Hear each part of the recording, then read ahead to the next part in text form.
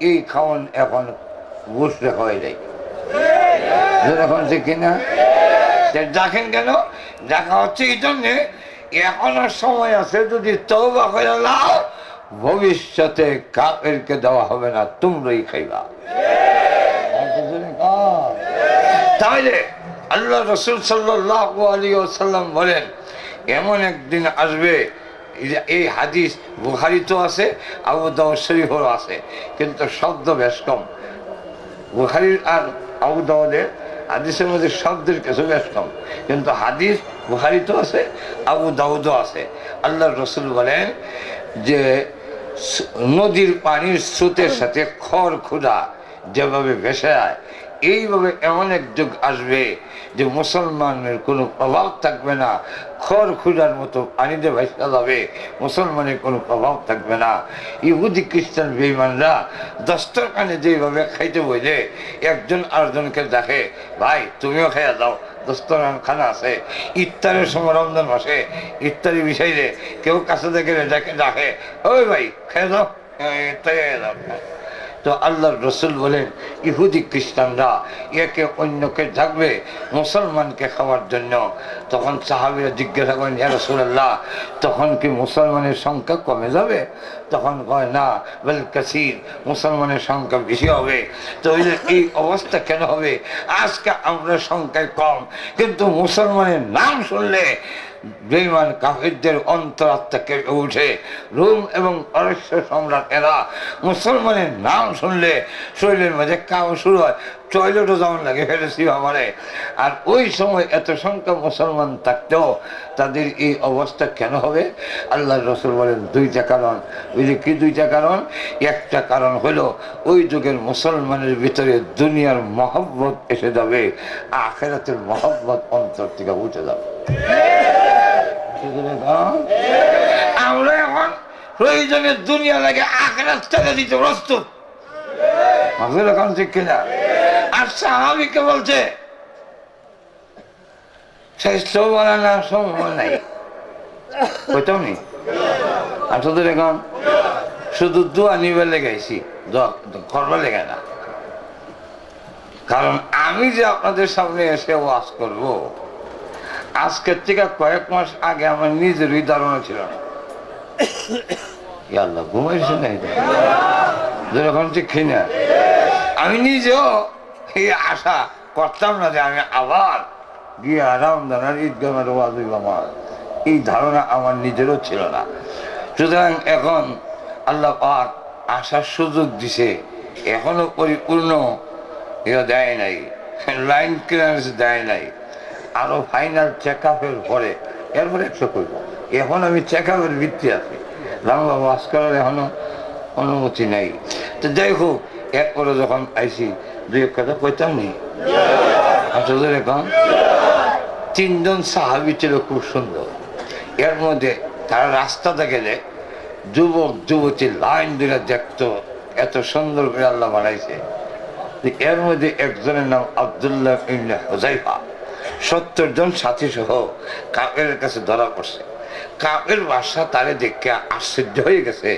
মানুষ এত সুন্দর হয় এত সুন্দর যুবক তখন দেখলো এই যুবক তোর সুন্দরে আমি মুগ্ধ আমি তোর সুন্দরে আশে হয়ে গেছি তুই যদি ইসলাম ধর্ম ছেড়ে দিয়া আমাদের ধর্মে চলে আসিস তাহলে আমার অর্ধেক রাজত্ব তোরে দিয়া দেবো তখন এই আব্দুল্লাহ ইবনে হুযায়ফা কয় তুই আমার সুন্দর দেখতেই অত পাগল হইছ আমার নবীর সুন্দর দেখলে তো গলার মধ্যে চুরি লাগাই দিতে আচ্ছা যাক তুমি যে কইছ অর্ধেকটা রাষ্ট্র দিবা মুসকে হাসে মানে ব্যঙ্গ করে হাসে জিজ্ঞাসা করে প্রস্তাবটা যেমন বেশি পছন্দ হয়েছে না পছন্দ হইব কেমনে তোমার রাষ্ট্রটাই কত বড় তাও অর্ধেক দিবা আর আমার রাসূল বলেছেন ঈমান নিয়ে যদি মৃত্যুবরণ করতে পারি তাহলে 10টা পৃথিবীর সমান জান্নাত কমের পক্ষে দেওয়া হবে তা আমি কি জানিতাম না তোমার সঙ্গে এটা তখন দেখ আমার সুন্দরী মেয়ে আছে একটা মাত্র মেয়ে খুবই সুন্দরী এই মেয়ে তোর কাছে বিয়া দিয়ে দেবো পরে তো তারা দুইজনে মিললা পুরা সম্পত্তির মালিক তারাই হইবে আমার মেয়েটারে বিয়া করে দেবি প্রস্তাব দিলাম মেয়ে বিয়া করে নে তখন আর একটা কি দিছে হাসি দিছে। তো জিজ্ঞাসা করে ঈদও যেমন তোর পছন্দ হয়েছে না, বুঝলি কেমনি পছন্দ হইব? তোমার মেয়ে যতই সুন্দরী হোক, পেটের ভিতরে পায়খানার গাঠটি আছে, পচা রক্তের টাঙ্কি আছে। তোমার মেয়ে পেটের ভিতরে আমার ওই এই যে ফ্যাশনের একটা থলি আছে, নাকের মধ্যে ইংরেজ আছে, কানের মধ্যে খৈল আছে, যখন ঠিক না ঠিক না, কানের মধ্যে খৈল আছে, আর চোখের মধ্যে গুইজ আছে, নাকের মধ্যে ইংরেজ আছে, মুখের মধ্যে দুর্গন্ধ আছে। অতএব এই পচা জিনিস দিয়া আমার খুশি হইতাম। আর আমার নবী বলছেন ঈমান নিয়ে যদি পৃথিবীর থেকে বিদায় হই, তাহলে শোনো, এমন বউ আল্লাহ আমারে দিবেন যার পেটের ভিতরে পায়খানার ঘাটতি নাই, পচা রক্তের ট্যাঙ্কি নাই, নাকের মধ্যে ইঞ্জিন নাই, চোখের মধ্যে উইজ নাই, কানের মধ্যে খৈন নাই, মুখের মধ্যে দুর্গন্ধ নাই। একটু থুতু যদি আটলান্টিক মহাসাগরে ছেড়ে দেয়, সমস্ত সাগরের পানি মেচকে আম্বরণায় গ্রান্তিত হয়ে যাবে। আমি কি এই মহিলা নিব না তোমার ফসলা নিতাম? লড়াই যায় না। শেষে কয় তেল গরম করছে, ছেড়ে দেওয়া হবে। ওনাকে যখন গরম তেলের দিকে নিয়ে যাচ্ছে তখন কান্দে। বাদশা কয়, হে আব্দুল্লাহ ইবনে হুযাফা, এখন দিল নরম হয়েছে, ডরাই সত, এখনো সময় আছে, প্রস্তাব মেনে নিলে আগুনে দিতাম না। আব্দুল্লাহ ইবনে হুযাফা বলেন,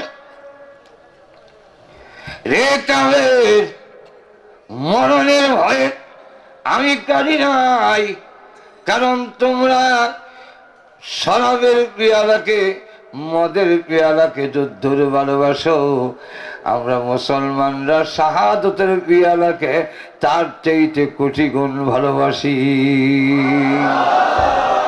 হতে কান্দ কেন? কান্দার কারণ হলো আল্লাহর কাছে কাগজে মিনতি করে বলছি, প্রভু একটা জান দিয়ে তুমি কি পরীক্ষা নিতে যাও? আমার পশমের গোড়ায় গোড়ায় এক একটা করে যদি রুহু দেওয়া হয়, আর আমাকে বলা হয় সমস্ত রুহুর বিনিময় তুমি কি ঈমান রক্ষা করবে না? রুহু তুমি আল্লাহর রাস্তায় দিয়ে দিবে। প্রভু গো, আমার সমস্ত রুহুগুলো কুরবানি করতাম, তথাপি ঈমান হারা হইতাম না। এই জন্য কান্দছি। বাদশা তখন ডাক দিয়ে কয়, তাহলে এক কাজ কর, ভিতরে এসে ভীতি আইছে, ভয় আইছে, ঠিক আছে তাহলে এক কাজ কর, চলো দিতাম না, আমার কপাল একটা চুম্বন দেয়। তখন কইল, তোমার কপালে চুম্বন করতে পারি একটা শর্তে। বুঝলে কি শর্ত? যে আমার সাথে যে 70 জন সাথী আছে তাদেরকে মুক্তি দিবা, না শুধু আমারে দিবা? যদি তোমারে দেই, শুধু আমার জান রক্ষার জন্য তোর মতো মুশরিকের কপালে সম্মান করতে প্রস্তুত নই। যদি 70 জন সাথী ছেড়ে দেয়, তাহলে মুসলমানদের জান রক্ষার জন্য তোর কপালে চুম্বন করতে রাজি আছি। তখন কয়, ঠিক আছে 70 জন সাথী ছেড়ে দেবো, তো আমার কপালে একটা সম্মান দেয়। তখন কপালে সম্মান দেওয়ার জন্য প্রস্তুতি নিছে। পাঞ্জাবের কাপড়টা আগে কপালও তৈছে, তুইয়া এরপরে সোমা দিছে। তো জিজ্ঞাসা করে, কাপড় তো চটকার লেগা? বুঝলে কাপড় তুই তোরা তো না হা, তোরা আকিদা বলা না, তাই কাপড়টা তৈয়া নিয়ত করছি, মাবুদ গো, এই মুশরিকের কপালও দিছি না, আমার কাপড়ও সোমা দিছে। আর আজকের মুসলমান শব্দ করতে রাজি হয় না। কিনা আরো দূরে এই দেশ কি গৌর গোবিন্দ দেশ, দেশ না শাহজালালের দেশ? আর এই দেশ শাহজালালের দেশ, শাহবরানের দেশ, এই দেশ শাহ মাকদুমের দেশ, এই দেশ খান জাহানের দেশ, এই দেশ হামিদ হুজুরের দেশ, এই দেশ শেখুল হাদিস আল্লামা গহরবলী নুরুদ্দিন গহরবলীর দেশ। এই দেশে সুপ্রিম কোর্টে যদি মূর্তি স্থাপন করা হয়, আমাদের দাবি অপসারণ করুন। আর না হয় যদি প্রয়োজন হয় রক্ত দেওয়ার জন্য, সমস্ত রক্ত দিয়ে হলো ঈমান রক্ষার জন্য মূর্তি অপসারণ করতে আমরা বাধ্য হব।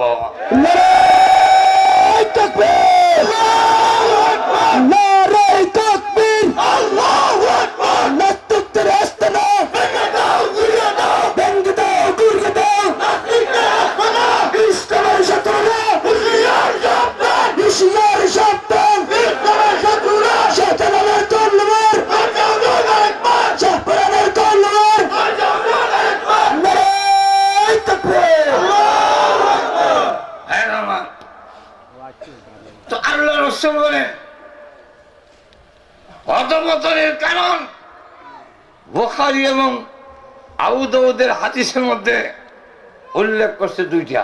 যেরকম কয়টা? একটা হইল আখির জমানার মানুষের ভিতরে, মুসলমানের ভিতরে হুব্বুদ দুনিয়া, দুনিয়ার মহব্বত এসে যাবে। আমরার কাছে আইসে ফদের মহব্বত, আমার ফদ নি জায়গা, আমার গদ্দি নি জায়গা, ইসলাম জায়গা, তো গদ্দি ছাড়তাম না। যেরকম ঠিক কিনা?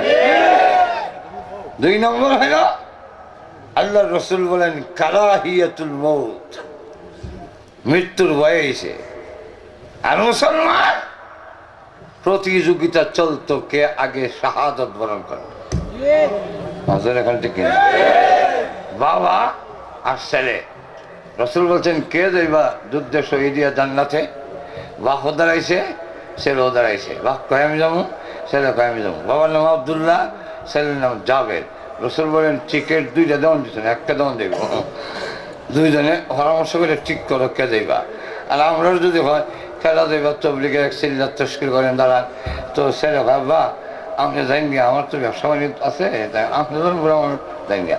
বাবা ভাই আমার কাশ্মীরটা দেখে তুই দেখে ঠিক না? এমন দেওয়া যায়। বাবা কায়ে যাবো, ছেলে কায়ে যাবো। রসুল বলেন দুইজনে কম্প্রোমাইজ করো। তো বাপের ছেলেরা দেখলে 7টা ভুড়ি আমার, এর মধ্যে তুই এক হুয়া, আর হুয়া নাই।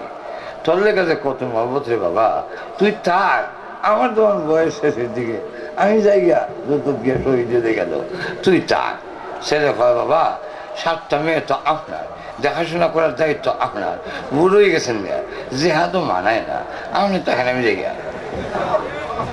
বাপের শেষে কয় দেখ আসল কথা কইছি না, আসল কথা হইল তোরে মহব্বত করি ঠিক, তুই একমাত্র হওয়া, কিন্তু শুনে রাখ জান্নাত তো তুই আগে যাইবে এই সুযোগ দিতাম না। ছেলে ভাই এটা তো আমারও কথা, আপনি আমার বাবা, আমার জন্মদাতা, আপনাকে খুব শ্রদ্ধা করি, খুব মায়া করি, কিন্তু জান্নাত আগে যাইবেন এই সুযোগ আমিও দেব না। তখন আল্লাহ রসুল বলেন তোমরা কি হয়েছে? কেউ কারো ছাড় দেয় না, লটারি দাও। লটারি দিয়ে ঠিক করছে বাবার নাম আব্দুল্লাহর নাম এসেছেন, তিনি যুদ্ধে গিয়ে শহীদ হয়ে গেছে। তারা শহীদ হওয়ার জন্য প্রস্তুত। আর যদি কোনো জাতি শহীদ হওয়ার জন্য প্রস্তুত থাকে, এরা ইসলামে কেউ হাত দিতে সাহস পায় না। আর একটু জোরে কন। যেমন লক্ষ্য করে দেখেন, কুকুর বিড়াল থেকে সবল না দুর্বল? ওই কুত্তা বিড়াল দুর্বল। আর শুধু এখন কুত্তা মাঝে মাঝে বিড়াল উঠে হামলা করে, বিড়াল আমার আর উপায় নাই, যাইনি ভাবে কোথাও দেবার স্রোত নাই। বিড়াল এ যখন কামড় দিবই তার মরণ রে কবুল হইলে এরকম ঠিক না? তখন বিড়াল তার হের গালো একটা চোর দিই মরি মুখে হয়ে দেয়, কুত্তার মুখে হয়ে অনেক ঠাস করে সব কুত্তা হইটা করছে গাই এমন সময় আমি করে আপনি ঘুরেন কেন এমনি মুখ ফিরেছে, মুখ ফিরেছে বলে বিলে হয়ে রাস্তা হয়েছে আরেকটা দিক আরেকটা মাসে বলে কুত্তা হয় বিলে এসো আমার ওইটা তো সব মানে কল্পনা করা যায় না, এটা করতে গাইল বিলে হয়ে যাবো যাইনি আমি দুনো দিকে রাস্তা হয়েছে। তখন যে কোনো একদিকে বিলাই দৌড় দেয়, লেজটা উঁচু করে যায়। ও দুনিয়ার মানুষ লক্ষ্য করে দেখো, আমি একটা দুর্বল বিলাই মৃত্যুকে গ্রহণ করার কারণে কুকুরের গালো থাপ্পড় দিয়া বিজয়ী হতকা উড়াইয়া যায়। তোমরাও যদি মৃত্যুর জন্য প্রস্তুত থাকো, মরব, ইসলামের ক্ষতি হতে দেব না। পৃথিবীর কোন শয়তান ইসলামে হাত দিতে সাহস পাবে না। ঠিক নেই, সব কথা কমানোর সুযোগ নাই। তাইলে এখন করণ কিটা? আল্লাহ রসুল বলছেন দুইটা। শাইখুল হিন্দ মোহাম্মদ হাসান দেওবন্দি, উনি মাল্টার জেল থেকে বের হইয়া তিনি বলেন যে আমি জেলও থেকে 60 বছর বুখারী শরীফ পড়াইয়া আমার একটা অভিজ্ঞতা হয়েছে মুসলমানের এই পতন কেন, মুসলমানের পতন থেকে উত্তরণ কিভাবে হবে। উনি বাড়ি করছেন দুইটা, হাদিসও আছে আরো দুইটা, মূল হইল 4টা। এই 4টা কথা কই দোয়া হইতো, ভালো জানেন। 1 নম্বর হইল উনি বলেন মুসলমানের পতনের 2টা কারণ খুঁজতে হয়েছি। একটা হইল মুসলমান তার নিজস্ব জাতীয় শিক্ষা কোরআনের শিক্ষার থেকে দূরে, কোরআনের কোনো গুরুত্ব নাই, আগডুম বাগডুমের গুরুত্ব আছে। হ্যাঁ, খালা 2টা সিং মানে হরে ডিম, আটটিম ডিম, এটারে খুব গুরুত্ব দিয়ে পড়ায় ছেলেরারে। আর মক্ত 200 ছাত্র, মিয়া সাহেব একজন, কেমনি পড়াইতো রামবাদ আলী হয়েছে, বেতন কত বুঝলে, এর থেকে কম বেতনে কোনো কর্মচারী নাই। এরপরে আবার কিটা বুঝলে, এরপরে হইল আবার 3 মাস বেতন হয় না। তুমি আসবো কয় রাজু গোলা যেমন বেতন এমন ভরা কর, কিতা করতাম কোথায় তেমন সেটা কর। চুরি 50 জন কোরআন করে 10 জন করে আয়, 1 জন করে সবক জোরক তৈব, 10 জনের পর 2 রেখানে কর্তৃকে উনবো, যার যেটা মন চাইতে ভরতেছে। এই হলো কোরআন অবহেলিত, যেরকম ঠিক না। আর আগডুম বাগডুমের গুরুত্ব মুসলমানের করণীয় কি? এই পতন থেকে যদি নিষ্কৃতি পেতে হয়, 1 নম্বর হলো কোরআনকে আঁকড়ে দাঁড়াও, যেরকম ঠিক কিনা। 2 নম্বর হইল মুসলমানের মধ্যে দলাদলি সৃষ্টি করে, হে বিলে দলিন, এটা বিলে দলিন, এটা বিলে খাড়া, এটা বিলে গোয়া, যেরকম ঠিক কিনা। এটা বিলে আস্থা আমিন কয়, এটা বিলে জুড়ে আমিন কয়। এটা নিয়ে কোনো দরবার লাগাইবার বিষয়। রসুলের কি দিয়ে বানাইছে, রসুল নূরের তৈরি না মাটির তৈরি, এটা কোনো জিগাইবার ব্যাপার না। তোমার আল্লাহ জিগাইতে হবে না কবরে হাসরে, আমি রসুলের কিতাব না বানাইতাম কো, এটা জিগাইতে হবে না, যেরকম ঠিক না ঠিক না। কারে কি দিবেন দিয়ে বানাবেন, এই যে আল্লাহর ব্যাপার। এই যে শাস্ত্র মায় মুসলমান যখন ধর্মীয় ব্যাপারে বিভিন্ন খেলকায় লিপ্ত হবে, আর মুসলমান যখন রাজনৈতিকভাবে দেখবেন, 1 ঘরের মধ্যে বাপ হইল আওয়ামী লীগ, ছেলে হইল বিএনপি, মা হইল জাতীয়বাদী, আর হে হইল লঙ্গি গামছাবাদী। হাজার এখন ঠিক না, এই হইল মুসলিম জাতি।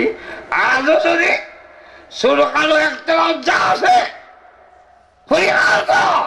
নামাজ চলে না, ইটার নামে খবর নাই, মিলাদুনি খার হয় ইটার ব্যাপার, যেরকম ঠিক কিনা।